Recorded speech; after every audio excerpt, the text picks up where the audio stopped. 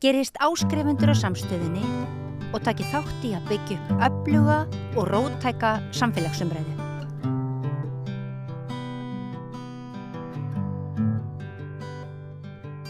Já, við ætlum að grípa tækifærið og tala kristni og íslam á Íslandi og ástæðan svo að það var svona málþing hérna daginn og ég fengið fólk sem að stóða því. Hingað komin séra Matthildur Bjarnadóttir sem prestur í Vítanískirkju og Múhameð Emin Kísikæja sem doktorsnemi í félagsfræði við Háskólann á Íslandi, Dani með kúrdískar rætur og múslimi.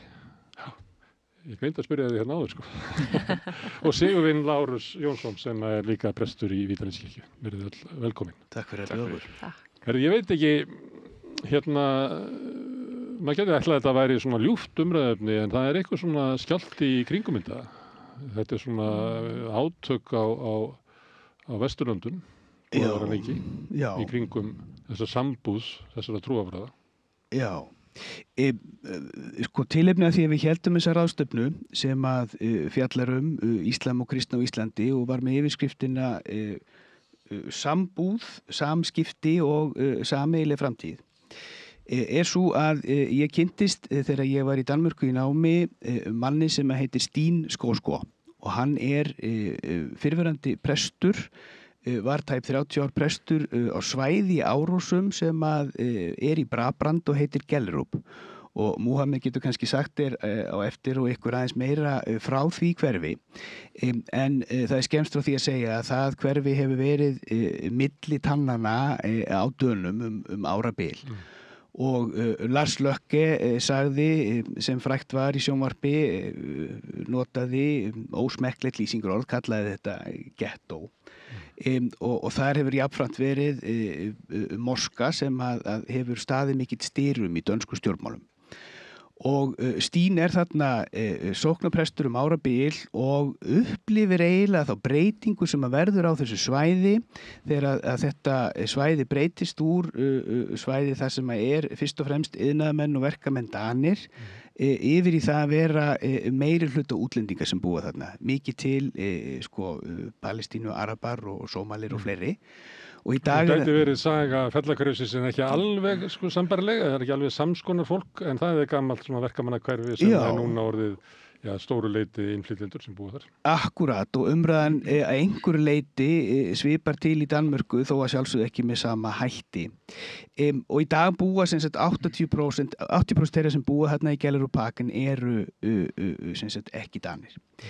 Og Stín bara góður maður og góður prestur og hann notaði sinn starfsferil sem prestur í það að opna á samtal við múslima sem að flytja til Danmörkur, rak árabil fræðslusetur Íslam og kristni og hefur skrifað margar bækur. Síðan eins og góða menn að þá fékk hann bara stöðuhækkun og var biskup og lauk svo sínum starfsferli í doktorsnámi í Árósum og skrifaði þá guðfræði, þar að segja nánar tiltekið dómslagshugmyndir í Íslam og kristni.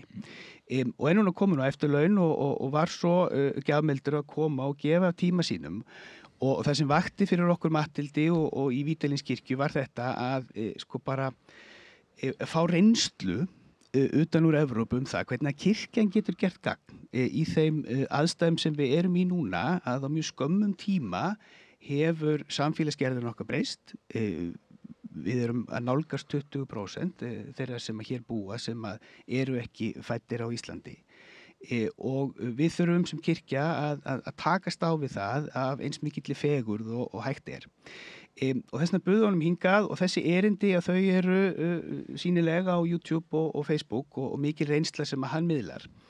En síðan höfum við í kirkjunni unnið árabil með vinum okkar í Horizon frá 2014 þegar ég var prestur í Neskirkju að þá höfum við Múhameð og þau sem eru í þessum félagskap Horizon unnið saman og unnið mörg verkefni saman. Já. Segðu okkur kannski aðeins frá Horizon og hvað Horizon Já, Nú ég orðinn þáttastjórnandi. Já, Já, ég bara byrja að afsakna, ég tala svona 5 tungumál, þetta fyrsta skipti, ég tala íslensku fyrir framan svona sjónvarp, svo það, það er nú bara döðu hlutir, sko, þú ert eiginlega bara að segja niður. Já, ef ég með svona erfitt orð sem ég get ekki útskrift á íslensku, haldi ég bara áfram á íslensku. Það er hinga fólk sem að tala sko mjög brotna íslensku og við teljum það vera bara hluti að því halda úti umræðu að við heyrum líka íslensku tala með öðrum heldur en norrlenskum hreim. Sko. Já. En jú, ég og nokkra vinnir mín, við stofnast Horizon í 2013 og þetta félag, svona NGO-félag sem að vinna með svona dialog milli trúa og menning, að það er svo mikilvægt sérstaklega í dag að við getum setja saman og tala saman. Við þurfum ekki að vera sammála, en það er svona gott að hafa svona innblikk í öðrur menningar, hvernig fólk að lífa og hvernig fólk að vera í samfélagi. Svo við stofnum það í 2013 og svo erum búin að vinna með svona fleira verkefni, sérstaklega með Sigurvin, árlega erum búin að vinna saman og svo erum búin að skrifa nokkrar rannisverkefni Scandinavian Identity og já, við byrjuðum með að vera 3-4 sjálfboðaliðar í Horizon. Núna erum við með svona rúmlega 15-20 sem að vinna með okkar þegar í sjálfboðaliðar verkefni. Og svo erum við að vinna svona mikið með svona mentoring programs að hjálpa unga fólk sem ekki Íslendingar í inngilding, að þeir að læra hvernig það að vera í samfélagi og hvað mikilvægt það að hafa menntun í Íslandi. Svo við erum búin að vinna svona mikið með inngilding og þá fyrst og fremst með krökkum sem að koma frá íslamskum heimilum eða? Já, jú. Eða bara hvað sem í? Nei, það svona fleiri sem kemur frá svona Tyrklandi og svona arabísku löndu. Svo Horizon er búin að vinna sem ráðgjafa fyrir Reykjavíkurborg líka og við erum búin að vinna með lögreglan líka. Svo við erum svolítið fá, en við erum prófa að gera það sem er best, og það að vinna saman með öðru fólk sem til dæmis milli kristintrúa og muslima og svona. Hefur trú á samtalinu. Já, og það heitir bara interreligious dialogue. Að vinna, já. Hvað er búin að vera hérna lengi á Íslandi? Ég kem í 2013, það var september 2013, það var búin að vera 12 ár. Já. En ég faktisk í Danmörku.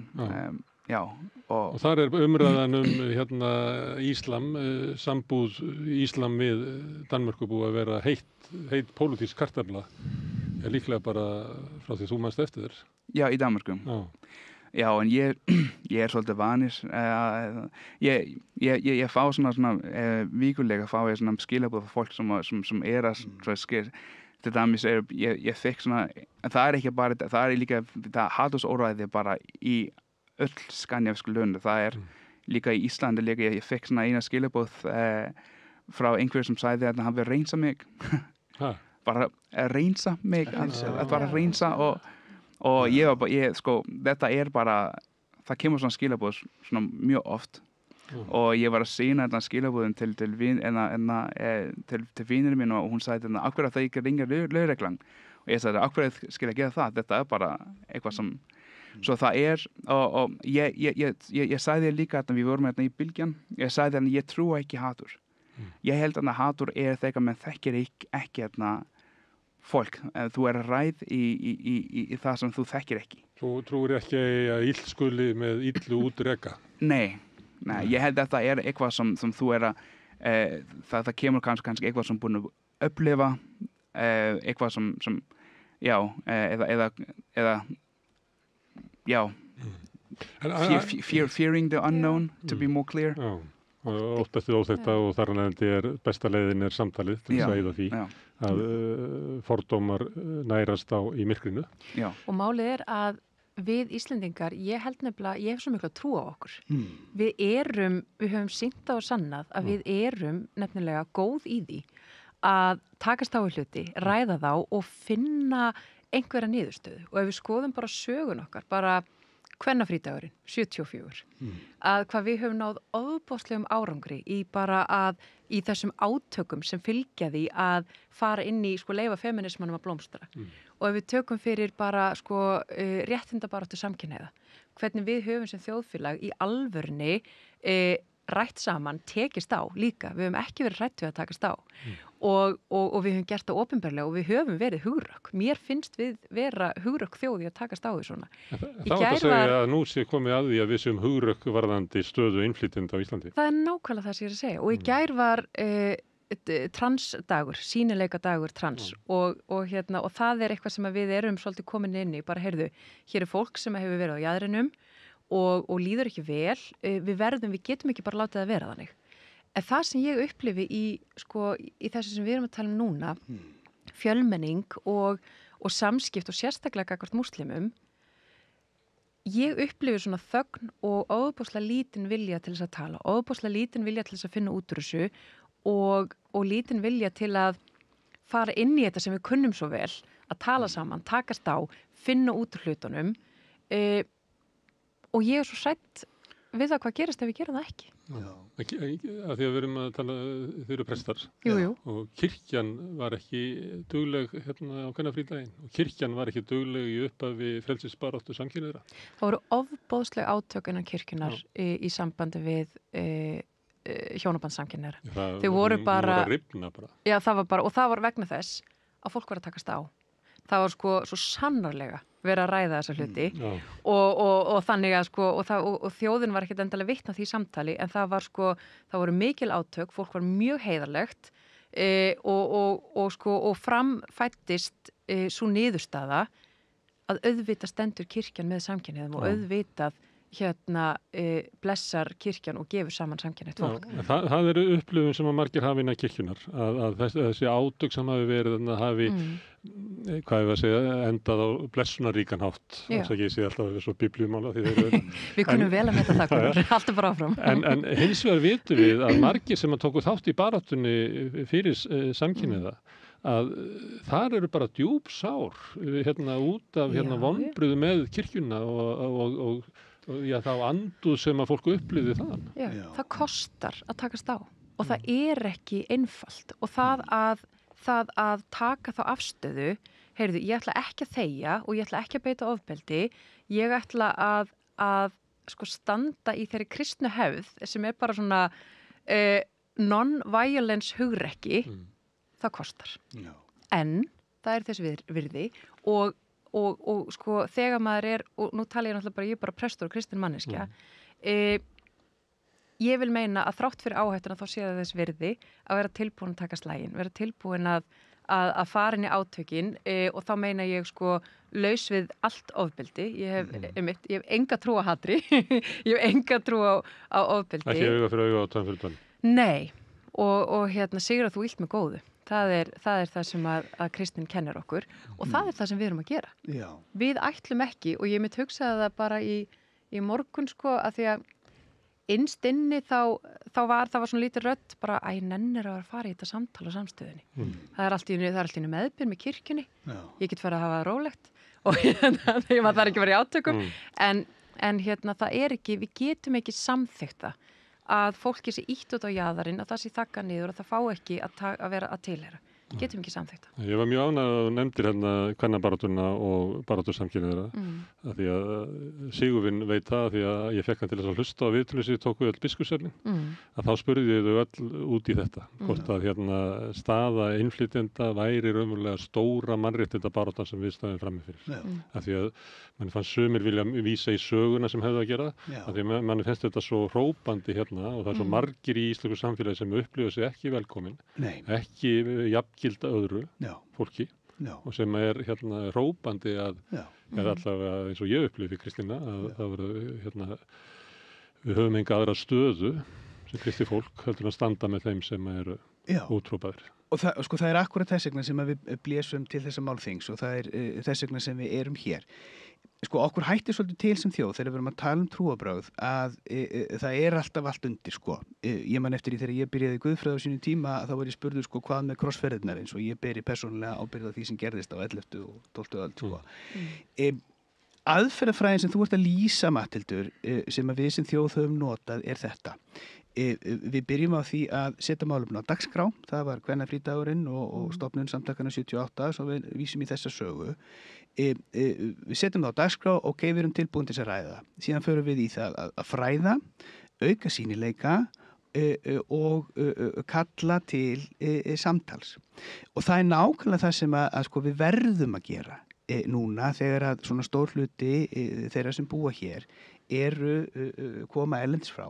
Við þurfum að sko, setja mála á dagskrá. Og upplifu sig ekki velkomin. Og upplifu sig ekki velkomin. Það er bara staðreynd, eins og Múhameð var að afsaka íslenskuna sína.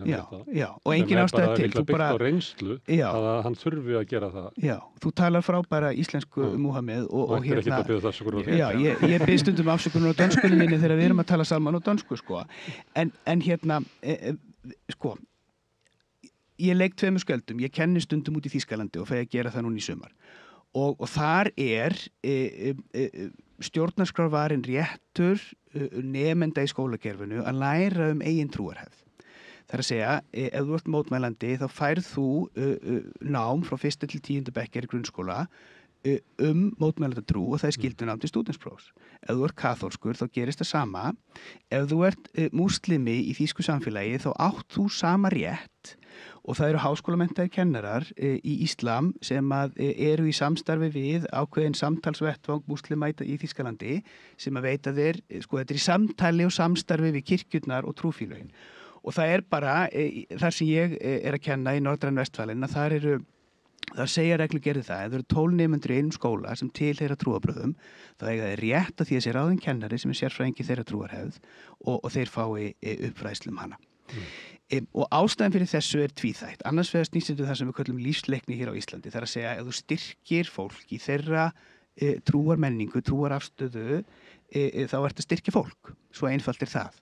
En hins vegar, til þess að geta átt samtal við aðrar menningarhefðir, aðra trú, þá þarf maður að standa föstum fótum hvar maður er sjálfur. Og ég vil meina að það sko, gangi lengra en svo að spyrja persónulegu trúarafstöðu. Við erum svo feimin Íslendingar að vera að spyrja, sko, ertu trúaður, ertu trúuð? Það snýst það að sko, við sem Íslands samfélag höfum ákveðin gildi og ákveðin viðmið sem að við teljum vera sjálfsögð, en mörg þeirra koma úr okkar lútersk evangelísku hefð. Þegar við höfum samtal við múslima í okkar samfélagi að sko þá bara liðin svo tíð að við getum vísað í eitthvað hlutleysi, eitthvað mynd hlutleysi, enda þú kemur ekki að borðinu í samtal og segir sko þú ert múslimi en ég hlutlaus sko. Samtal sem á sér stað á vettvangi kirkjunar eins og við Múhameð höfum iðkað núna í meira en áratug. Það er nákvæmlega þannig samtal að segja sko ég lútersk kristinn. Þú ert múslimi, það er margt sem er ólíkt milli trúarbragðana og þess vegna er svo dýrmætt að hafa prest eins og Matthildi sem er trúarbragðafræðingur. Við þurfum trúarbragðafræði í samfélagið okkar, við þurfum meiri þekkingu og trúarbragðafræði. En sko, ég er kristinn, þú ert múslimi, hvað við sameiginlegt, hvað ólíkt, hvar getum við fundið snertifleti? Og það er það sem við höfum verið að vinna með, sko, nú hátíð, ekki satt, sko, bara óska múslimum á Íslandi, Eid Mubarak, það stór hátíð í Íslam og við unnum meðal annars saman á þessari föstu. Ramadan fastan í Íslam og við erum að fasta inn í kirkjunni og fasta bæði í... Það er nú að fáir að fasta. Já sko, ég er ekki viss. Fasta þýðir, að neita sér matartegundur eða mat eins og múslimar gera. En sko, inntak föstunar, bæði í Íslam og kristni þetta, að ég gangi inn í sjálfum mig og ég spurji, hvernig get ég verið betri manneskja? Hvernig get ég verið betri kristin manneskja? Hvernig getur þú verið betri múslimi? Og Félag Horizon bauð okkur nokkrum Íslendingum í iftarmáltíð sem að sko þegar við brjótum föstu. Segð okkur aðeins frá þessu. Já, þetta þarna, við vorum með veitinga, það sem heitir Dialogue Ramadan-dina, þetta annar ár sem við gerum það og við vorum bjóða Sigurvin til að halda tölu og þetta að kennast við að borða saman, sitja saman, borða saman og sem Sigurvin var að segja, við skulum vinna í þessa mál sem manneskja og ekki bara, við getum ekki vera 100% sammála en við erum bara allir mannskja, það alltaf mannskja först og við erum alltaf svona leggja fókus í það þegar við erum með veitingar eða svona eitthvað verkefni með kirkjan eða með andra trúar að það alltaf mannskjan först og samtal bara svo mikilvægt í dialog að við getum setja saman að tala saman og bæði ég og Sigrún við trúum í sama Guð við trúum í Jesus og Moses og Solomon þetta sama hvað heitir það syndabúð sem við trúum í og við þurfum ekki að vera sammála í allt en ég held að það svo fallegt að ég geta læra kristna trú og hann geta læra okkar trú og við getum setja saman og borða sama mat svo var Neskirkja líka með verkefni sem heitir Play Together and Pray Together svo við vorum unga fólk með íslamsk bakgrunn sem var bjóðast til kirkjunni og við vorum að leika saman og við vorum með brennamót líka í 2016 þetta var svona keppni brennamótkeppni milli og við erum som marga svona mikið fjölmenning á sama stað som var að hafa svona skemmtilega tíma saman og ég vil segja líka það svona mikið misskilning trúa í dag ekki bara íslamstrúa, líka kristentrúa og það svolítið tabú þegar við erum til dæmis gera eitthvað veiting að bjóða fólk að koma og þegar við erum segja þetta interreligious dialogue það fáir sem vil taka þátt trúa ekki svona trend í dag það svona svolítið tabú Það er nú verið að tala að það sé kannski að breytast. Vonandi. Það sé auðveldur að tala trú í dag heldur en var kannski bara fyrir 10 árum eða í upphafi aldarinnar. Já. Við þekkjum það og þegar vantrú var með mestu lætina, það var svona önnur stemming, það var verið að... Já. En móðum við að því að þú ert frá Danmörku og það má langar með að spyrja samanburðin á því að vera múslimi í Danmörku og hér. Er eitthvað munur eða? Í hvað tengsl? Í tengsl bara... Ég hef ekki upplifað það, þú hefur upplifað það. Já, sko það alltaf, það alltaf svona, ég vil ekki hvernig ég geti svarað þetta á íslensku, kannski það gott að svara á englsku. Eða dönsku. Eða dönsku. Við genum gera það líka. Ég vil frekar kjósa enskuna. Já, þú gerir bara halda áfram að tala íslensku. I would say that the hate that I've approached, both personal hate but also hate that goes in the public, is often like I said before, is often due to lack of knowledge. So those that are promoting hate, it's either politically influenced or those that are influenced are people who just don't know or have never interacted with people of other ethnic background. So I've also gotten personal threats, and they all get resolved after 1 hour of conversation. I've had people threatening me personally, even here in Iceland. Once I sat in a fuel station in Breiðholt. I was working on my project. There was a guy who came to me and said that, "Are you a Muslim? Do you know that if you walk on the streets in Reykjavik, there's a chance for you to get killed?" And I was like, "Okay, can you please describe what you are actually trying to say?" And so on. He was like, "Yeah, we don't welcome your kind here," and so on, so on. We had 3 hours of conversation, and it ended up with lots of hugs. And so he was a very harsh and cold person in front of me, but I knew there was something behind, and there's always something behind. Always something behind. It is a misunderstanding very often, whether you have been socialized through this misunderstanding in your family, or you have experienced an uncertain situation that make you generalize, which we call in sociology, we call it fallacy. So we ended up hugging, and he said, whatever happens to you, you can just contact me, and so on. So I've never seen, unless it's political discrimination is something different. It's people who are using these aspects to gain power politically. They are very hard to change. But people who are influenced by these movements, these hate movements, it takes just one conversation and they open up. The best people, really the kindest people that I've met have been people who used to have some hate. But it just basically just Þú out hefur mikla of fear. trú á hérna svona hinu einkanlega Já. að þegar þú hittir manneskjuna Já. þá eru við öll manneskjur. Já. En það svona kerfisbundið andúð gagnvart hérna útlendingum og sérstaklega körlum frá Mið-Austurlöndum. Já. Ég býst við að við varum ég man eftir því einhvern veginn þegar ég var í París þá hérna var ég að horfa á hérna mann frá Mið-Austurlöndum sem var svona með íþróttatösku við hliðina á sér. Já. Og ég sá áhrifin sem það hafði á alla í lestinni. Já. Þarna væri maður með íþróttatösku. Já. En af því að hann var frá Mið-Austurlöndum að þá geta hann verið með sprengju í töskunni. Og ég hugsaði, rosalega er þessi andúð sterk. Af því að kannski var ég mislesa en mér fannst ég geta lesið það í bara líkamshreyfingu allra og hvar fólk settist. Það var ótti og Og ég býst við vantraust. að það sem að þú kemur bara inn í bakari Já. að þá verður þú var við annars konar viðtökur heldur en ef ég mæti, en kannski ekki Já. ég að því ég er svona notorious, en allavega ef Sigurður mætir.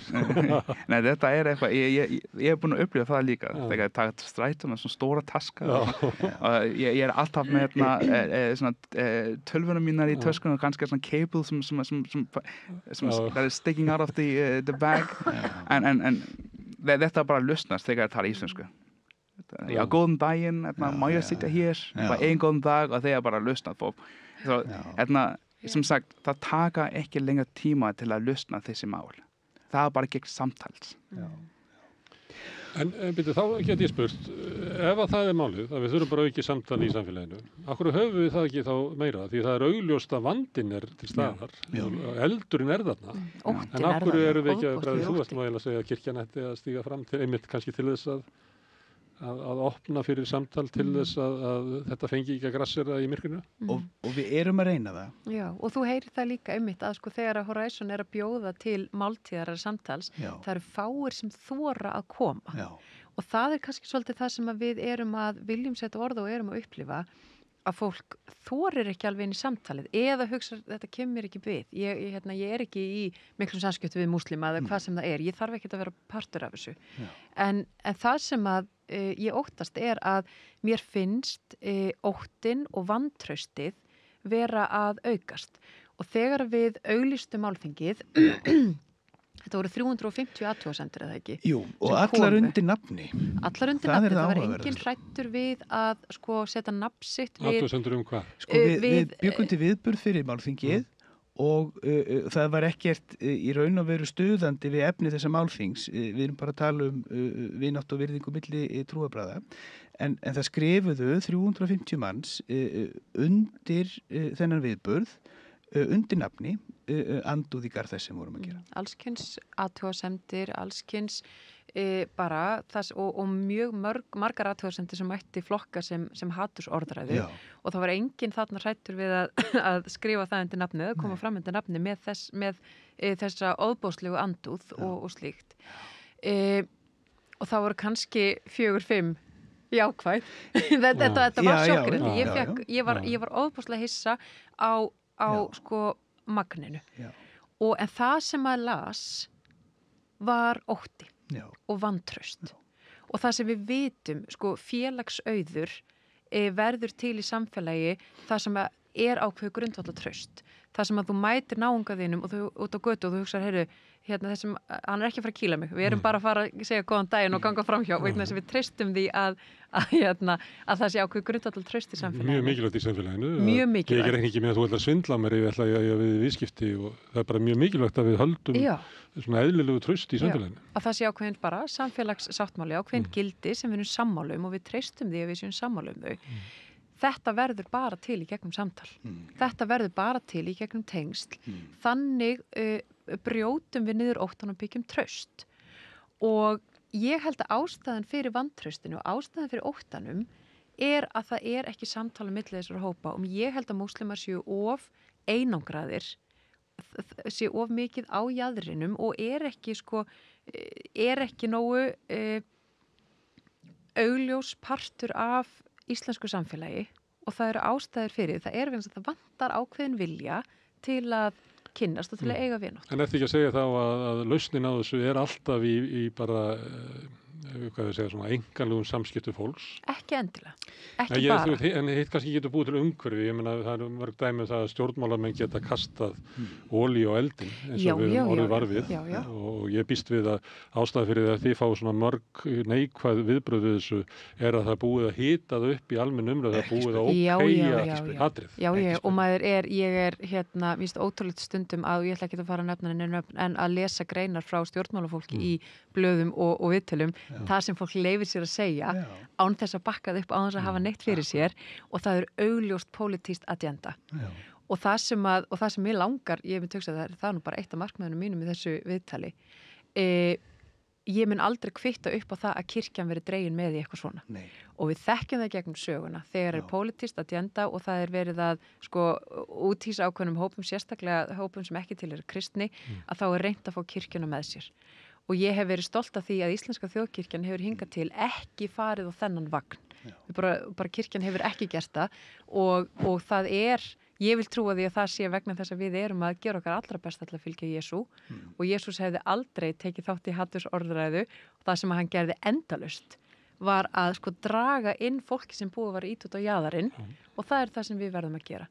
Þannig að allan það ég held að prestar kirkjunar upp til hópa ætla ekki að fara inn í þessa stemningu sem finnst að veri sér kynda undir. Og það allstaðar á Norðurlöndunum áhugi fyrir því af þeim öflum, pólitísku öflum sem að vilja draga útlendingaandúð inn í umræðuna að fá þjóðkirkjuna með sér í lið.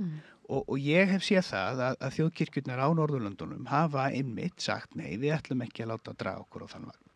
Og Stín rödd úr dönsku kirkjunni en það eru dæmi víða Ég hef nú séð íslenska presta sem reynd að starfa í Skandinavíu vera svolítið harðir á þessu vagni Ég get ekki tala fyrir hönd allra presta en þau viðbrögð sem við höfum fengið og það samstarf sem við höfum átt innan kirkjunar kirkjuna sem samfélag, hún ekki að taka þessa stefnu. En aðeins varðandi þessa neikvæðu og ekki yfirstjórn kirkjunar eða prestar heldur. Aðeins þessu neikvæðu viðbrögð. Ef að ástæðan hefði verið sambúð kristni og búddisma, þið hefði ekki fengið neitt. Nei, það engin hvort líklegast ekki veit ekki hvort að gyðingdómur Íslam vandamálið það liggur óttinn afstaða fólks til Íslam það eitrið í samfélaginu mögulega það þannig þegar ég var að lesa umræði undir í Facebook, ég var ekki sjokkið þetta sem sagt eitthvað sem ég var að sína það til kona mín og við vorum bara bæði að grína það en það bara rétt að ef það var búddísta og kristan það vildi umræða við eitthvað öðruvísi en það sem við erum búin að sjá síðustu vikur hvernig það var en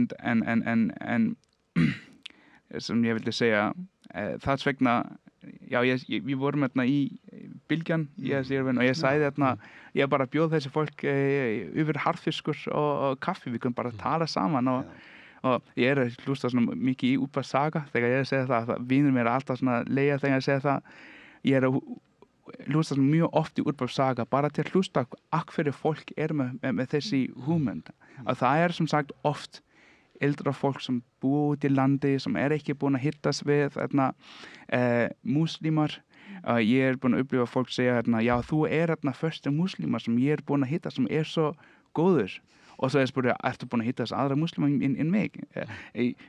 Nei, nei, þú fyrsta og svo En Móhamed, akkur þetta svona? Segjum að ráðstefnan væri kristni og búddisma. Þá myndi fólk segja, já, búddismi, það svona mannrækt og það svona gildi svona alheims sálinna og það fólk í líka í alls konar svona gæla við búddisma og þau hefur haft svona töluvert áhrif svona út í. En Íslam, það ekki manngæska og það bara mannhatur og ilska og það verið að opna allt þið vonda inn í okkar samfélag. Hverju þetta svona? Núna fer ég á yngsku líka, dönsku.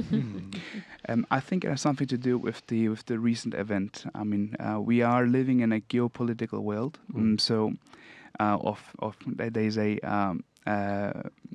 a sociologist named Ulrich Beck, and he calls the globalized world as a risk society. So whatever happens in another society, it affects us here in the North. So the Middle East have historically, recently, undergone a drastic change, a constant changes politically. Turkey went from Ottoman society to a secularist society, and now changing to a authoritarian society. So these changes create what we call anomie in sociology. An anomie is the lack of identity among a civilization or a population, which can take decades to recover. So the recent political issues that are happening and currently have happened and currently happening in the Middle East create fear in the other societies. But people forget about history. People forget that Muslims, Christians, and Jews have been living side by side for many, many decades in the Middle East. People forgetting about the science, the poetries, philosophy, sociology that comes from these areas. I mean, the Iraq, Syria, Damascus. These used to be the capital city of science, the capital city of philosophy. A lot of algebra and a lot of contemporary science that we have today comes from these areas. So I put a lot of emphasis on lack of knowledge. Lack of knowledge, whether it is lack of knowledge of a person or historical lack of knowledge, is what creates fear. But when people sit down and allow themselves to learn about the other person, not only as a person, but also in its history and in its value. I mean, Jesus is Jesus in our religion and in the Christian religion, and we see Jesus at the same way that the Christians are seeing Jesus, as in next love and pulling people to goodness, living for other people. Jesus sacrificed his life for other people.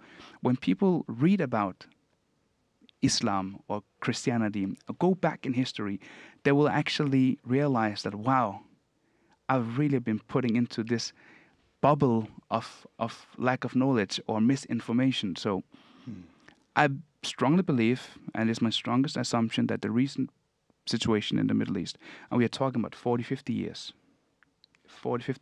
have created this fear in the rest of the world, especially in the West. And as I said, I've been able to redirect, or I've been able to create love among, dialogue among people who are fearing me just by talking to them. But it's very difficult to change politicians because they have another agenda. Their agenda is just to use this fear for the sake of their own power gain. And it especially happens during elections. That's when we see these drastic, sudden agendas that are pulled on. Þegar það gerist, þegar verður hiti í umræðan á Íslandi innflytjendur og að það gengi ekki svona menningarblöndun eins og kom fram í síðustu kosningum, það var verið að tala það. Alltaf einhverju sem hafa hagsmuna þeirri umræðu. Upplifir þú að þín stað á Íslandi sé þá svona veikar? Er það vondir dagar fyrir þig að fara í bakarí þegar það er búið að vera? Þessu leika þegar það kostningar. Ég fíla það þegar ég fara í bakarí eða úti á fólk. Að ég, til dæmis síðasta Ramadan, það var ég með svona markmið að smiling at every single person that I saw on the street. Að það var nokkra sem var bara, ég var svona góðan daginn, og það var sína er óvart. Svo það gerast, en þetta gefa mér svona meira svona motivation til að vinna með góð vinna frá kirkjunni, Sigurvin og aðrar trúa líka. En Múhameð, það alveg þannig að þú segir að þú hlustar út af sögu til þess að heyra hvað fólkið hvað býr að baki og þú hittir fólk sem að sendir óvild bara þegar þú brosir. Þú lætur svolítið eins og að þú læri bara að þessu, en þetta hefur áhrif. Þú veist, það ég held að við séum öll þannig byggð og ef það eru félagsverur, að þegar við verðum fyrir svona árásum og óvild og fleira, þá hefur þetta alltaf áhrif á okkur, sko. Alveg sama hvað við viljum vera brynjuð og slá þessu frá okkur, að þetta Já, og þess vegna verðum við sko, sem samfélag að horfast í augu við hvað við gerum og hvernig við tölum og taka ábyrgð á því. Mér langar aðeins að grípa hennar bolta af því að í þessu útvarpsviðtali sem þú nefndir áðan, Múhameð, þá varst þú beðin að svara fyrir það sem að gerast í Íran. Og nú ert þú ekki persi og það munur á milli þess íslam sem þú tilheyrir og sko sunni, sía, allt það sko.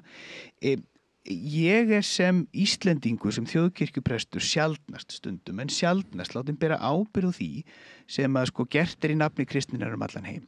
Þriðjungur mannkyns kristinn. Kristindómurinn notaður í þágu þjóðernispopulisma. Kristindómurinn notaður í þágu andúðar, haturs og ofbeldi í garð hinsegin fólks. Kristindómurinn notaður til þess að læta innrásir, þjóðarmorð og svo framvegis. Ég ekki látin bera ábyrgð á því af því að fólk á Íslandi þekkir mig og það bara veit það að ég sé þjóðkirkju kristinn. Þú færð að tala og fólk hlustar. Ég fæ að tala og fólk fær að hlusta. Sko fjórðungur mannkyns eru múslimar og það eins með kristni og íslam að það ansi margt gert í þágu sko pólitíkur, andúðar, haturs í heiminum. Þjóðverjar fara þá leið og sko þess vegna nefndi ég þessa kennslu mína hér áðan að sko þjóðverjar fara þá leið að leggja áherslu á textalæsi í grunnskólum. Það að segja, ef þú ert mótmælandi kristinn þá færð þú annars vegar trúarbragðafræðslu sem á að auka getu þína til þess að lesa fjölmenninguna í samfélaginu, en hins vegar ef þú færð upp fræðslu þína hefð þá það þá texta og þann grundvöll sem að þú byggir á og hann ólíkur milli mótmælenda og kaþólika þar að segja hvaða textar í forgrunni og aldeilis í íslam sko. Sko ábyrgð okkar sem Íslendingar, sem þjóðkirkjuprestar, sem guðfræðingur og trúarbragðafræðingur að tala inn í okkar samfélag. Og hér á Íslandi búa tæplega 20% þjóðarinnar, fólk sem ekki evangelísk lúterst, íslensk kristið í Íslendingabók. Hvernig ætlum við að takast á við það?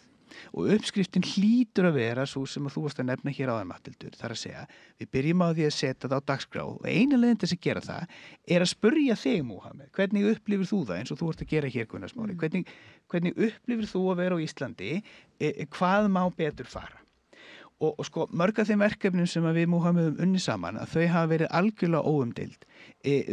Sko þið skipulögðu Ashura máltíð í Neskirkju sem tyrknesku siður þar sem búin til búðingur Nóa og svona leið til þess að fagna menningarfjölbreytni.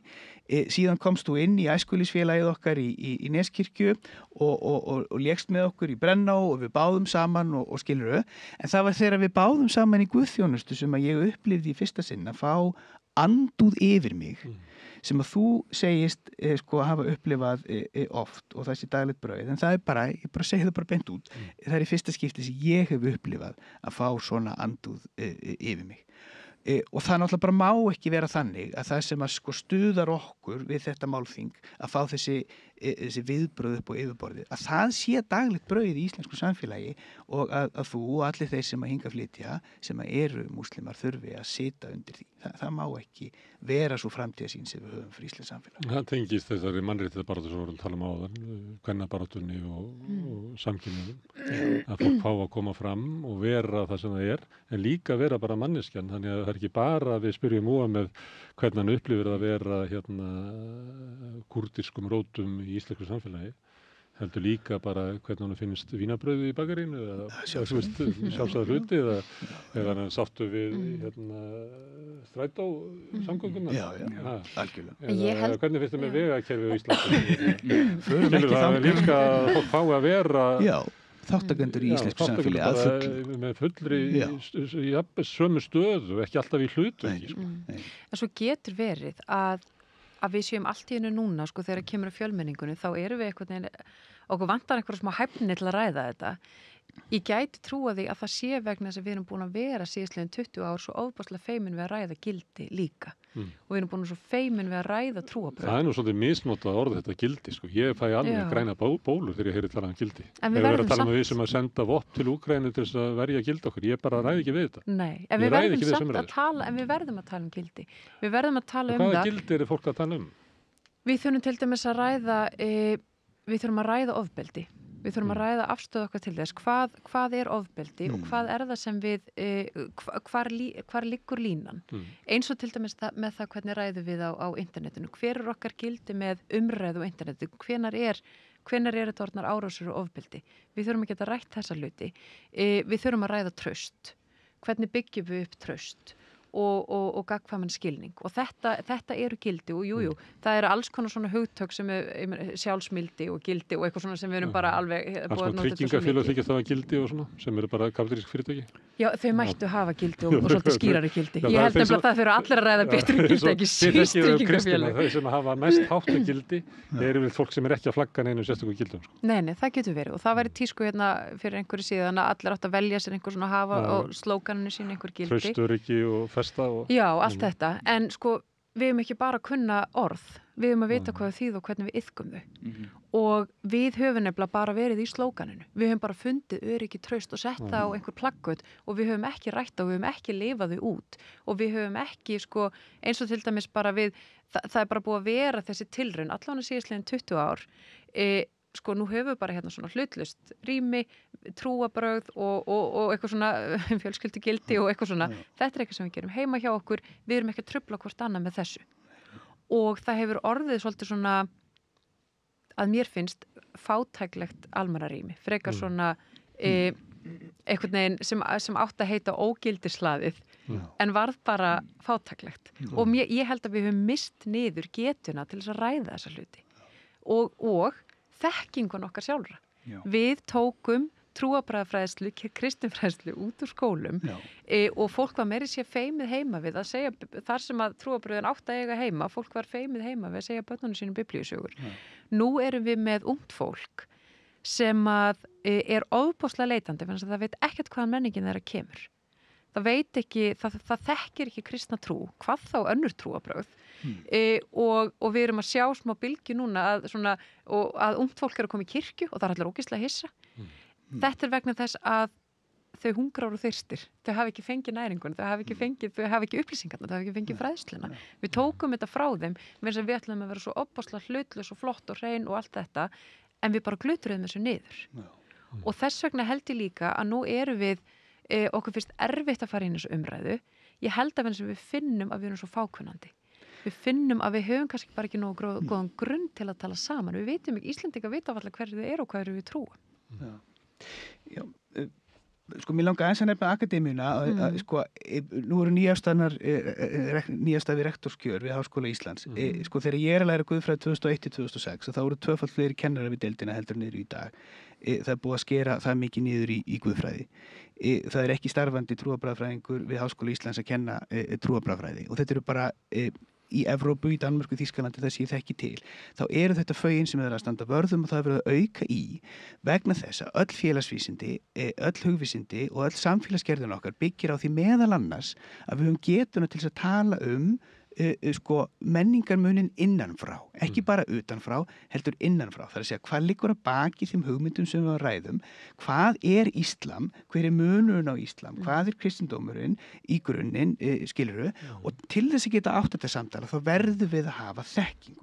Ég má taka undir þetta sem bara venjulegu leikmaður út í bæ, að ég hef áhuga á guðfræði og fleira vegna þess að öðru kosti þá hefði ég ekki aðgengi að því sem að maðurinn hefur verið að hugsa og skrifa stöðu sína í heiminum margar aldir áður en að Guð dó þarna þegar Nietzsche listaði yfir og þar leiðandi að maður hefur ekki einhverja innsýn inn í sko Guðfræði og slíka hugmyndir og ratar ekki einhver leyti, þá er þetta bara blind, þá er þetta bara svartar miðaldir sem maður ratar ekki og það er alveg ótrúleg fórn fyrir nútíma mann að ætla að neita sér aðgengi að sko hugmyndum manna í í frumkristninni og miðöldum bara stöðu sína í heiminum, ábyrgð okkar í samfélaginu og annað slíkt sem að meira og minna fór fram á þessum vettvangi sem er þá guðfræðin. Þannig að ég til að vera bara lykilatriði að við ætlum að halda sönsum að við höfum einhverja getu sem samfélag í venjulegri umræðu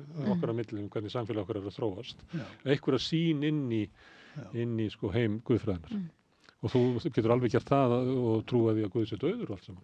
Þú verður að geta ratað þetta svæði. Já, sko ég sótti ráðstefnu í Wuppertal 2007 þar sem að voru verið að ræða sem sagt ungt fólk í Wuppertal og þetta er sko iðnaðarbær í Þýskalandi þar sem að er mjög stór hópur Tyrkja sem að flutti þangað á 7. áratugnum til þess að vinna.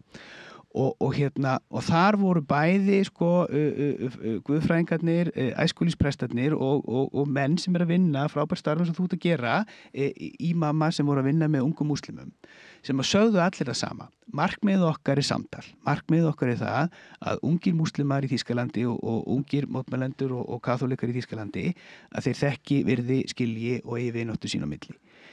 Það sem að stendur í vegi fyrir því sögðu allir fræðimennirnir, prestarnir og ímamannir er það að ungir þjóðverjar þekktu ekki sinn bakgrunn nógu vel.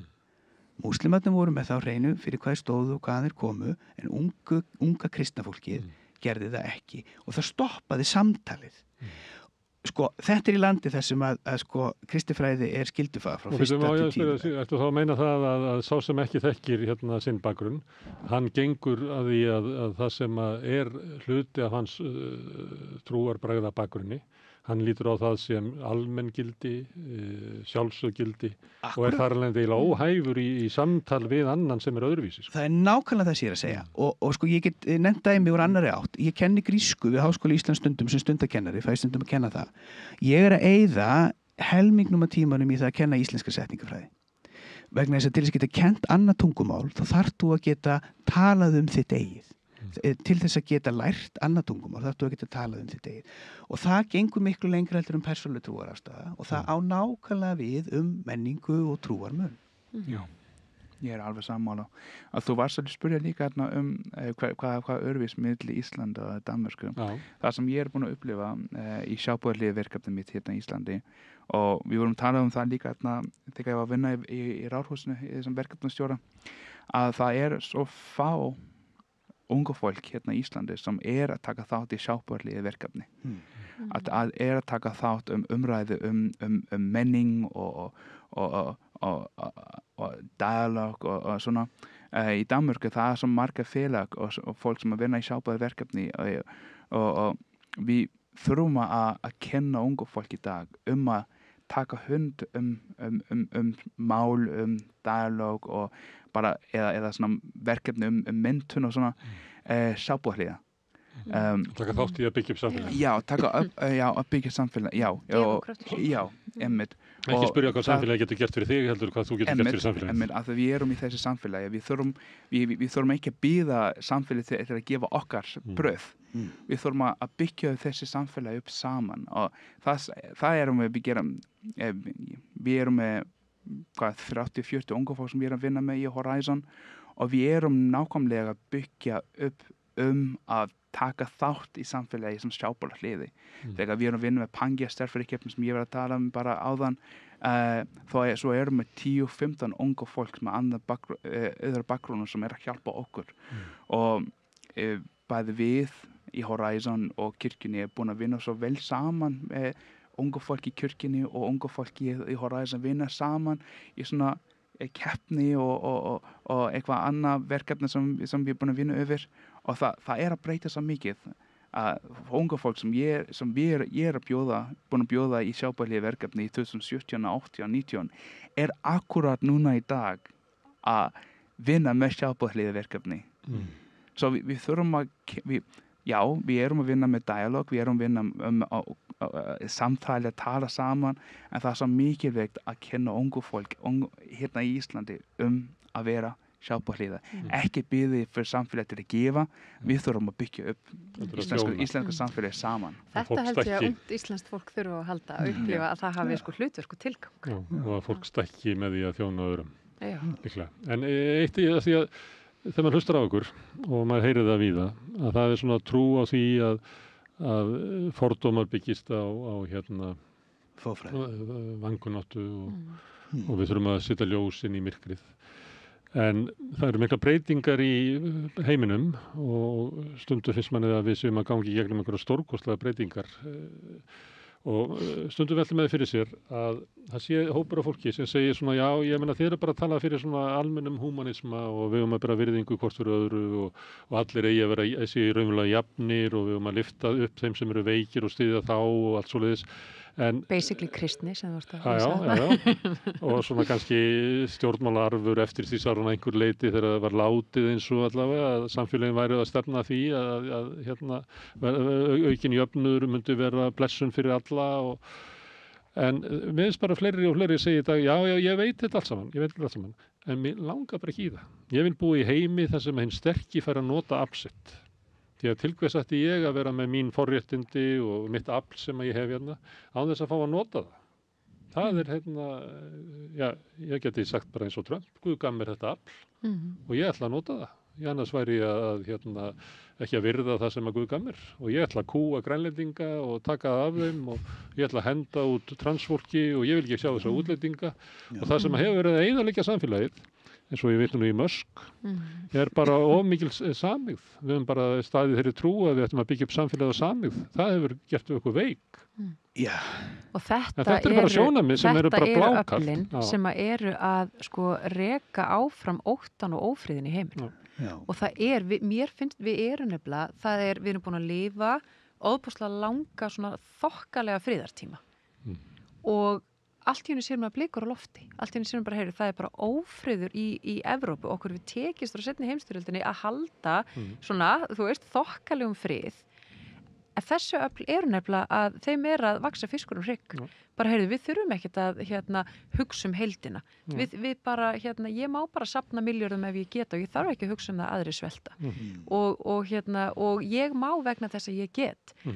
Og sama tíma eykst ófriður. Og öryggisleysi. Já. Og líka í þessu okkar menning, bara horfðu á söguna síðustu bara áratugum, hún er bara yfirburða menning með við ykkar menningu. Já. Akkur ættum við að fara að beygja okkur undir ykkar menningu. Þetta er bara sjónamið sem að bara vella út alla raufir í samfélaginu. Karl Marx er að tala thesis og antithesis. Þegar við erum að vinna í þessi agenda, við þurfum ekki að stoppa. Já, það er alltaf eitthvað pólitísk í gangi, en þetta er hvernig mannskjan er. Það er thesis og antithesis. Svo já, það er mikið pólitík í gangi, það var pólitík í gangi áðan að það vil vera svona í framtíðan líka. Við getum ekki breyta þetta samfélag 100%. En við þurfum að gera hvað sem við er núna. Að það er í Íslandi. Við þurfum að vinna og það skiptir ekki máli hvernig það er geopólitík. Í bylgjan það var spyrja mig spurning en hvernig er staðan í Íran? Ég er ekki í Íran. Eða hvernig það var ekki sem spurning en það spurning getur verið líka en hvað með Trump? Já, það er mikið geopólitík í gangi en þetta samfélag er að byggjast upp í sem Karl Marx er að segja thesis og antithesis. Og við getum kannski verið thesis, við getum kannski verið antithesis, skipta ekki máli bara, við þurfum bara að halda áfram. Og við erum ofta að tala svona negativ, svona nákvæð, en ég er að upplifa meira svona, hvað er það, positiv jákvæð? Jákvæð. Ég er ekki að leggja til uppgjöf, ég er bara að benda á að það er fólk sem að segir já, ég heyri alveg hvað er að segja, þið viljið ekki jöfnuð og það, en bara veistu það, ég vill það ekki. Já, og sagan er undir, það getur vel verið eins og bendir á Matthildur að við höfum upplifað friðarskeið hér í Vestur-Evrópu en undanfarnir áratugir hafa ekki verið friðarskeið. Ekki annars staðar. Ekki annars staðar, ekki í Austur-Evrópu. Falskur friður. Já, eða þú veist, ég meina, það er Vestur-Evrópa sem hefur verið í þeim forréttindum að geta staðið saman eftir stofnun Evrópusambandsins að vera í friði. En þetta með samkenndina þetta er lykilatriði og takk fyrir að nefna þetta. Hannah Arendt, þessi magnaði hugsuðu sem bara varað okkur við og kortlaði hvernig að authoritarianism virkar, er það að samkenndin er mælikvarðinn á það hvar við erum stödd. og við höfum rödd núna sem bara segir samkennd bara bull og þær hafa verið til áður, það bara þannig, en það sem verra kannski það, og það aðri sem meira vita því en ég, að sko PISA-kannanir okkar að sína það að samkennd meðal barna á Íslandi að hún sko fer minkandi. Og þar verðum við sem kirkja, sem samfélag, sem uppalendur, sem fólk sem býr á Íslandi að standa saman til þess að hjálpa börnunum okkar að upplifa samkennd. Og leiðin til þess í gegnum nákvæmlega það sem þú ert að boða, Múhameð. Það það að við horfum á mennskuna. Og þegar ég að kalla eftir því að við sem samfélag horfumst í augu við það, við þurfum meiri þekkingu á sviði trúarbragðafræði inn í samfélagið okkar. Þá það til þess að kortleggja, sko, Íslendingar hafa oft á hugmynd að trúarbröðin séu bara allt sama tóbakið. Það ekki þannig. Hugmyndaheimur hinna ólíku trúarbragða ofboðslega ólíkur. Það á líka við kristni og íslam og hugmyndaheimur bara innan kristindómsins mjög ólíkur. Það þarf bara mikla þekkingu til að kortleggja það. En fólk allstaðar eins og hagi sér allstaðar eins. Við þurfum að þekkja hugmyndaheimin hvað hann kemur og geta kortlagt hann og talað hann. En við Múhameð, við eigum fjölskyldu sem okkur þykir vænt okkur langar að verða betri manneskjur, við eigum það sameiginlegt. Mér langar að vera betri manneskja og ég kalla það að vera betri kristin manneskja af því að það svo trú sem ég á. Og það þýðir það að ég á að mæta öðrum að meiri kærleika, ég á að opna hjarta mitt og við eigum það sem sameiginlegt markmið. Fasta verkværi til þess, skilurðu. Mennskan það sem sameinar okkur. Þannig að við þurfum bæði, við þurfum annars vegar að skilja og fræðast og tala saman og auka sýnileika eins og við höfum gert með öll önnur málefni sem við höfum þorað að takast á við sem samfélag. En í kjarnan erum við manneskjur. Já. Og ég held nefnilega að ástæðan fyrir því að þú veist að tala bara, við erum hérna bara svo farsælt samfélag. Það vegna þess að við höfum ástunda jafnrétti, við höfum barist fyrir jafnrétti, við höfum haft samkennd og virðingu og við höfum barist fyrir því að samfélagið okkar sé þannig að fólk fá að njóta sín, að það sé gert ráð fyrir öllum og við erum að nýta krafta allra kalla og kvenna. Það hefur ekki verið þannig að allir hafi bara rödd í þessu íslenska samfélagi. Það hefur ekki verið þannig. Nei, hvernig þá? Nei, ég bara, svona í almennu umræðu, þá misskipt hverjir hafa svona aðgengi að henni og við vorum að tala um kvennafrídaginn og fram að þeim tíma og enn í dag þá hafa konur ekki alveg sömu röddina og karlar og það fólk hefur ekki rödd ef það til lágstétt og við nefndum innvíkingar út af því sögu. Það sem áhugavert að hlusta á það finnst mér stundum. Það sem maður heyri fólk hringja inn og maður heyrir þá raddblæð þess að þetta fólk hefur engan til að hlusta og þess vegna byrjar það ofta á háarsíðinu eins og sá sem búið að reyna að tjá sig en enginn heyrir, þannig það eru fjölmargir í stóru samfélagi og við erum að tala um það hér, kannski þessu 70.000 manns á Íslandi sem hafa raunverulega ekki sama sess og fólk almennt og svo tökum við það eru innflytjendurnir, svo tökum við kannski öryrkjana sem eru 20.000, við tökum fátækt eftirlauna fólk sem eru kannski 30.000, við tökum láglauna fólkið í Eflingu sem hefur enga rödd nema Sólveig Önnu og þú ert kannski komið með meira en helmingina þjóðinni sem hefur raunverulega ekkert sterka rödd í þessu samfélagi. En það sem að gerir okkur, og ég ekki að segja við séum fullkomið samfélag, en þú varst einmitt að segja að við erum stolt af því að hér hefur verið gott að búa. Við heldum að við værum að stefna að auknum jöfnuði og það væri samkomlega það. Svo allt í einu heyrir maður að byrja, það ekkert samkomlega það. Fólk veit bara, nei, við viljum meira og jöfnuð. Eða þú veist, því að endróma sem að Trump og Musk segir sem hefur bara góðan hljómgrunn á Íslandi.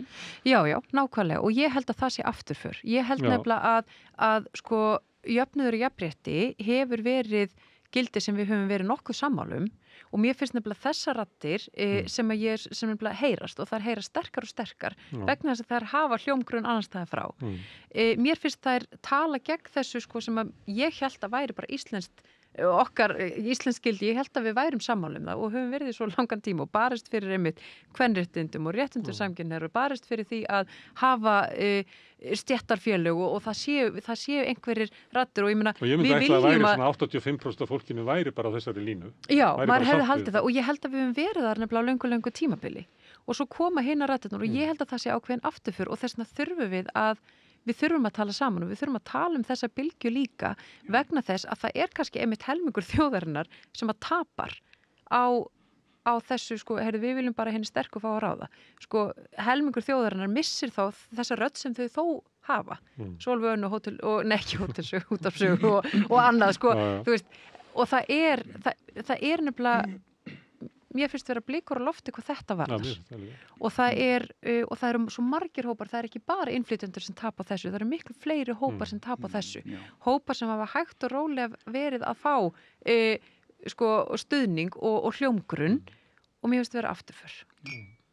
Já, ég er bara alveg sammála. Ég held að það er svo mikilvægt að gefa pláss fyrir alla hópar í Íslandi til að tala.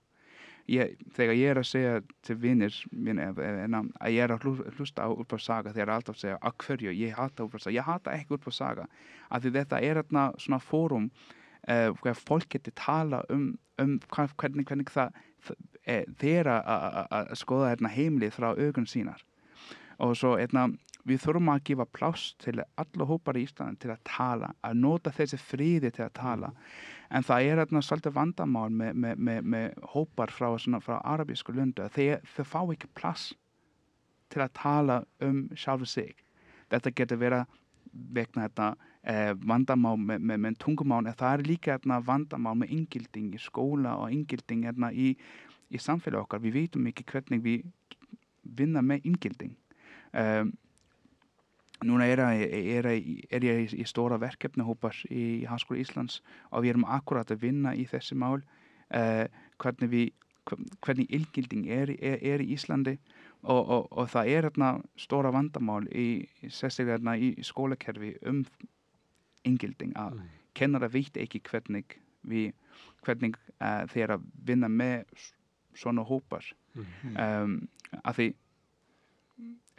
það er alltaf eitthvað svona já, en hvernig ser man á íslensku? Jeg skal prøve at gøre det her på engelsk. But are they doing it in Icelandic way? But are they seeing the society as an Icelandic? Ég er búin að heyra kennara að segja það. En hvað er Icelandic way? Ert þú nógu mikil Dani? Já, ert þú nógu mikil Dani? Ég er faktisk í Danmark og þeir kalla mig þetta third generation immigrant. Ég er búin að uppruna mér að var með tröll og með þú veist, mamma mér var að lesa dönsk saga fyrir mig þegar ég var before I went to sleep. Svo máli er Þannig þú ert með danskan húmor? Já, ég er með svona, jú. Ertu Dani? Já, ég er Dani. Ertu kurdi? Nei, ég er Dani. Ertu Dani? Ég er Dani. Þú ert ekki kurdi og Dani? Sko, ég veit ekki hvernig það er að lifa í Tyrklandi. Afiðinn kom til Danmarkur, hvernig 73? Já, sko, Foreldræðin eru fæddir í Danmarku?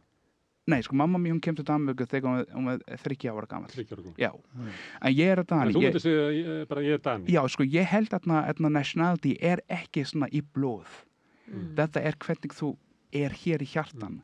Þegar ég með dótturinn mín er faktisk í Íslandi, hún er með íslensk mittunafni, Esja, Merjam Esja, kemur frá Maria, móður Maria, og við tölum dönsk við Merjam sem faktisk í Íslandi. Kona mín er með kurtnesk rætur líka. Við tölum dönsk. Við erum syngja svona dönsk og íslensk svona lullabies. Ég man eftir einni auglýsingu frá danska þjóðarflokknum. Þá var að mynda fólki að borða svínastegg. Já. Og með danski fáninn.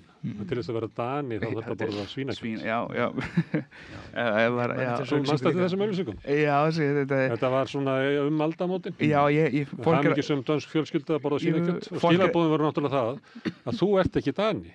Já, fólk er að senda mér baconmynd over Facebook til að sjá hvernig, til að bíða fyrir reaction frá mig. Þeir eru að senda mér svona, þegar við erum að umræða, svona baconmynd. En sko þetta er það var hvað heitir hann, hvað heitir hann prestur? Steen Skårskov. Hann var að spyrja mig if Danmörku og Tyrkland er í fótbolta. Viltu halda með Danmörku og Tyrkland? Ég er 100% Danmörku af því ég veit ekki hvernig það, ég er ekki búin að vera í Tyrklandi síðan 2016. Ég veit ekki hvernig það er að lifa í Tyrklandi.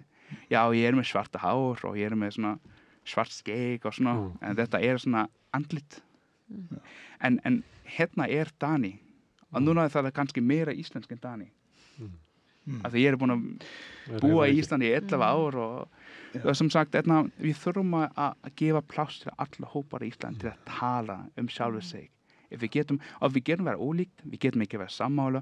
Ég njóta svo mikið að tala við fólk sem svo öðruvísi en mig. Ég alltaf að hugsa að taka þátt í að Útvarpssaga. Ég með plan kannski eftir nokkra ára að hafa umræði í Útvarpssaga. Þetta er svo gott og líka skemmtilegt að heyra frá fólk sem ekki sammála þig og svo getum við tala saman. Þetta er sem sagt samtal. Að gefa plássi allir í samfélagi að tala.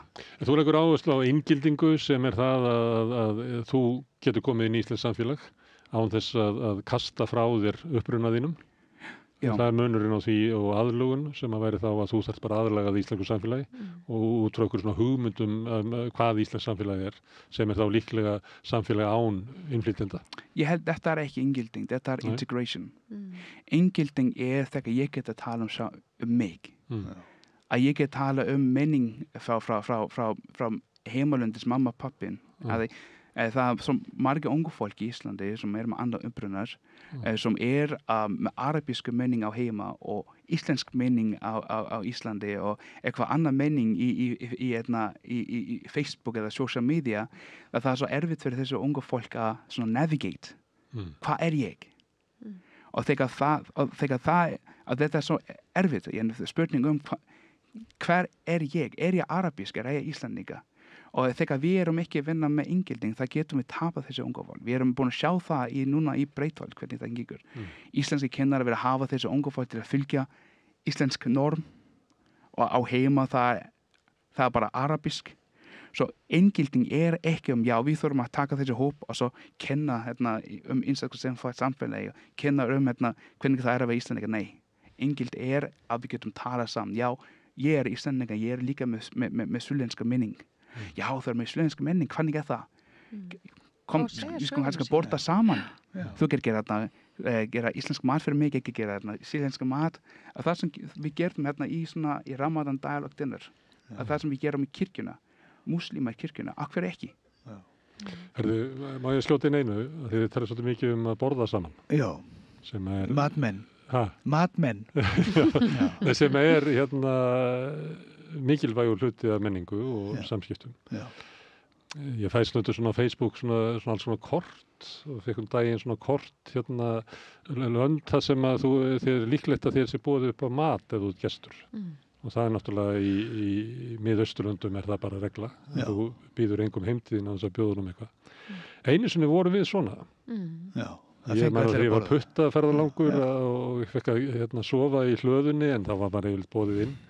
Svo þegar maður vaknaði morgunina þá voru ævintýraleg bara fermingarhlaðborð sem var verið að bjóða manni upp á. Þetta er hluti okkar menningu. En ég fór það svona velta fyrir mig hvort þetta væri svona aðeins að fjara út hjá okkur. Ég held að við sem að detti að verða og maður sá það í Skandinavíu og svona þá þetta eiginlega það var bara ólíklegt að kemur gestur að þessi búið upp á mat. Danir bjóður ekki heim. Nei, það er mjög erfitt að komast inn á íslenskt heimili. Við erum óbóðslega einhvern veginn við erum ekki þá ertu komin alveg inn, þegar þú komin heim. Ég held að þið hafið þrísvar sem verið að vísa í eitthvað sem annarkur að bjóða hver öðrum að bjóða brauð saman. En það er ástæða fyrir því að það virkar. Það er bara þannig. Og ég er búin að skrifa nokkra greinar í Helsundum að þessi meira frambúða mér en eftirspurn með þessar greinar mínar. En við eigum eitthvað svo fallit myndmál á íslensku, þetta með það að setja við sama borð. Það að sitja við sama borð á íslensku þýðir það að við erum jöfn, við njótum jafnræðis og jafnréttis sem samfélag.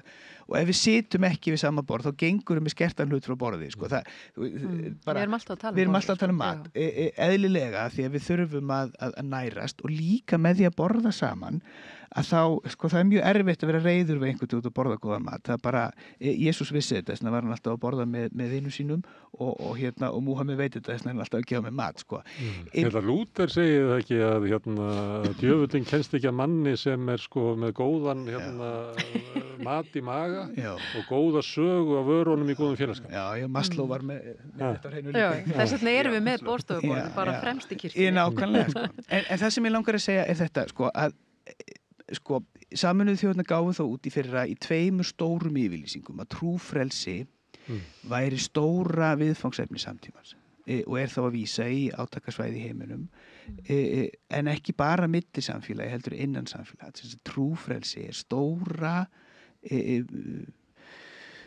verkefni okkar á 21. öldinni. Og hvernig lítur trúfrelsi út? Ég meina það eru nokkra leiðir til að nálgast trúfrelsi. Það ein leið sem að segir bara við höfum trúfrelsi en þú mátt, konan þín má ekki bera slæðu og ég má ekki bera kross. Það er ein tegund af trúfrelsi og það er kallað trúfrelsi og svo er náttúrulega til bara kommunismin sem segir við bara bönnum allt sem heitir trú. Fyrir mér er þetta ekki sérlega frjálst og heldur ekkert sérlega íslenskt vegna þess að Matthildur byrjaði þetta samtal okkar á því að segja við aukum sýnileika kvenna, hinsegin fólks, transfólks, við fræðum og svo eigum við samtal. Trúfrelsi sem er farsælt að mínu viti er trúfrelsi sem að byggir á jákvæðri forvitni. Það er að segja ég er það sem ég er og ég stend föstum fótum í því en Múhameð, hver er þú? Og hvað eigum við sameiginlegt og hvað erum við ólík og hvað getum við eignast vináttu? Og svo er þetta með ótta og traust sem það er enginn að vera bláeður hér. Það eru vandamál í heiminum og það eru vandamál á Íslandi. En hvernig tökumst við af þá vandamál, aðeins að vilja gera mikið úr því sem við erum að gera í Vítalinskirkju. Við vorum með ráðstefnu fyrr í vetur sem að líka er hægt að horfa á netinu sem að fjallaði einsemd. Og við fengum þá til okkar hjúkrunarfræðing sem eru að rannsaka einsemd á Íslandi og það sýna allar tölur, alveg eins og að PISA er að sýna okkur að samkenndin að minnka á Íslandi, þá er einsemd að aukast. Og hverjir eru afleiðingarnar af því ef við leyfum því að gera sem samfélag að ungur múslim í Breiðholti sem þú ert að vísa hér í, að hann fái bara vera í sinni einsemd afskiptur án þess að neitt rétt á töndina og segi hver er þú? Allt ungt fólk þráir það að heyra þessi orð. Hver er þú, fyrir hvað stendur fyrir, hverju hefur þú áhuga á? Við erum að ferma þessa dagana og því líka upplifun og horfi í augun á þessu unga fólki sem bara þráir að einhver sýni þeim athygli og hafi jákvæða forvitni í þeirra garð. Þannig eigum við að umgangast trúfrelsi að mínu viti. Það er að segja, trúfrelsi er þekking og fræðsla en jákvæð forvitni. Jákvæð forvitni. Og ég held nefnilega að þetta sé líka lykillinn að því að vinna gegn þessari yfirráðahyggju sem þú ert að lýsa, sem að mér finnst vera að aukast, þessi yfirráðahyggja. Ég er sterkari, ég má og mér er bara sama hvað þeim sem ekki hafa rödd finnst um það. Með því að iðka bara það hugrekki að tjá sig og tala saman og vera standa fyrir kærleika, jafnrétti og virðingu sem eru sameiginleg gildi nefnilega. Við eigum þessi gildi sameiginleg og á þeim getum við staðið, kristnir og múslimar. Með því að gefa fólki rödd og vægi, þá vinnum við gegn yfirráðahyggjunni sem að treður ekki bara niður útlendinga, heldur bara líka einmitt. Fólk sem stendur á höllum fæti, eldra fólk, konur, börn, fátæka. Þetta er valdið sem langar bara eignast meira og meira hér og bara drullu sama restina. Og ég vil meina að við á Íslandi, við höfum verið frekar gegn þessu valdi, hingað til. Ég veit ekki. Það er margt sem bendir til þess að íslenskt samfélag allavega á síðustu aldar hafi verið jafnasta samfélagi í heimi. Já, og við höfum verið, mér finnst við hafa verið stolt af því. Já, og stolt af því og ánægð með það og hugsa, hér er félagsauður, hér er, við tökum mark á fólki, við höfum ástæð að treysta hvort öðru vegna þess að við erum að gefa allum rödd. Við erum að sjá og við megum ekki glundra þessu niður. Við erum að sjá alls konar hluti eins og til dæmis bara lánasjóðurinn sem var hluti af þessu að hjálpa þeim sem að koma frá efnaminni heimilum að hafa aðgengi að námi. Hann er eiginlega bara, hann virkar ekki lengur. Þannig það er margt af því sem var byggt upp hérna síðustu öld. Til þess að við félagslega húsnæðiskerfi því við þekki það. Þannig það er margt sem að við höfum En þetta orð sem þú nota, Matthildur, félagsauður. Hér erum við með mann sem er bara dæmi félagsauð sem er að vinna sjálfboðavinnu, að mentora unga kallmenn sem búa í Íslandi og vilja taka þátt í íslensku samfélagi. Þú ert ekki bara búin að læra hér á landi, þú ert að rannsaka íslenskt samfélag fyrir okkur, takk fyrir það. Félagsauður felst meðal annars í því að þessi 20% sem hingað var flutt til landsins á síðastliðnum 20 árum, það er raunverulegt tækifæri, þar er raunverulegur félagsauður. Þau fá að blómstra og þar að leiðandi fáum við samfélag að njóta þeirra krafta, þeirra hæfileika. Öll græðu við á því. Allir græðu. Þetta er dæmt til þess að verða loka orðin. Ég þakka ykkur sérar, Matthildur og Sigurvin og Múhameð sem er í að klára doktorsnemi í félagsfræði. Kærar þakkir. Gaman að fá okkur til að tala hérna íslam og kristni, en kannski bara fyrst og fremst samfélagið og heiminn sem við lifum í. Takk. Og ég þakka ykkur sem hafi verið að hlusta og horfa á þetta og breyta þessu samtali okkar í fjölmiðlum.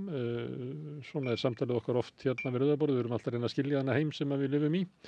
Ég ætla að benda ykkur á að þið bara breytið þessu ekki bara í fjölmiðlum, heldur hafið þið byggt upp dreifikerfið okkar bara með því að segja vinum og vandamönnum frá efni sem ykkur líkar hér.